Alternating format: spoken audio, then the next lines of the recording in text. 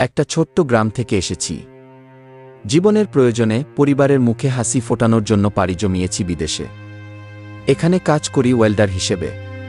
প্রতিদিন সকাল বেলা হাতে নেই লোহার রড, চোখে পড়ে নি সেফটি গ্লাস। তারপর শুরু হয় দিন। আমরা যেভাবে ওয়েল্ডিং করি সেটা শুধু একটা কাজ না, এটা আমাদের জীবনযুদ্ধের অংশ। গরমে ঘেমে যাই, তবুও হাত থামে না। চোখে স্পার্ক লাগে, কিন্তু হাল ছাড়ি না।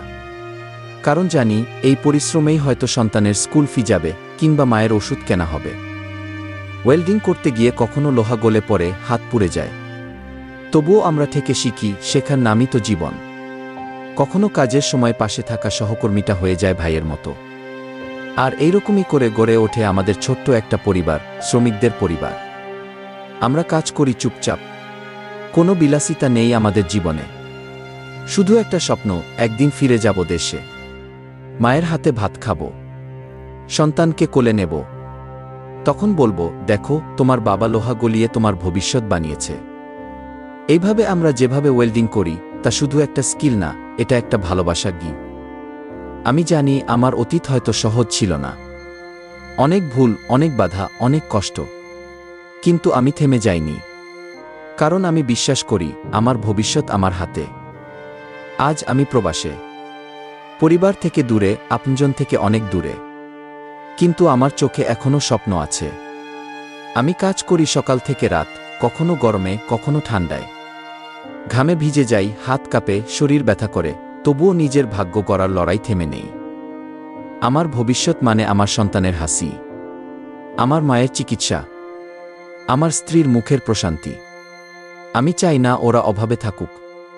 তাই আমি সব সহ্য করি। অনেকেই ভাবে প্রবাস মানেই সুখ, কিন্তু আসলে এটা একটি যুদ্ধ, যেখানে প্রতিদিন নিজের আবেগ, একাকিত্ব আর কষ্টের সাথে লড়তে হয়। তবুও আমি হেরে যাই না। কারণ আমি জানি আমার ভবিষ্যৎ এখনো লেখা হয়নি, আমি লিখছি সেটা নিজের হাতে। একদিন আমি ফিরে যাব, মাথা উঁচু করে বলবো, আমি পেরেছি। আমি প্রবাসে আছি, একা। চারপাশে অনেক মানুষ, কিন্তু কোনো আপনজন নেই। যখন রাতের নিঃশব্দে চোখে জল আসে, তখন আমি ভাবি ওদের কথা, আমি যাদের নিয়ে ভাবি। আমার মা। বয়স হয়ে গেছে, একটু হাঁটতে গেলেই কষ্ট হয়। আমি কতবার ভেবেছি একদিন ফিরব, মায়ের হাতে মাথা রেখে শুয়ে থাকব। আমার বাচ্চা। জন্মের পর থেকে শুধু ছবি দেখেছি, কোলে নিতে পারিনি। ফোনে বলে, আব্বু তুমি কবে আসবা? আমি হেসে বলি, শিগগিরই, কিন্তু ভিতরে কান্না জমে।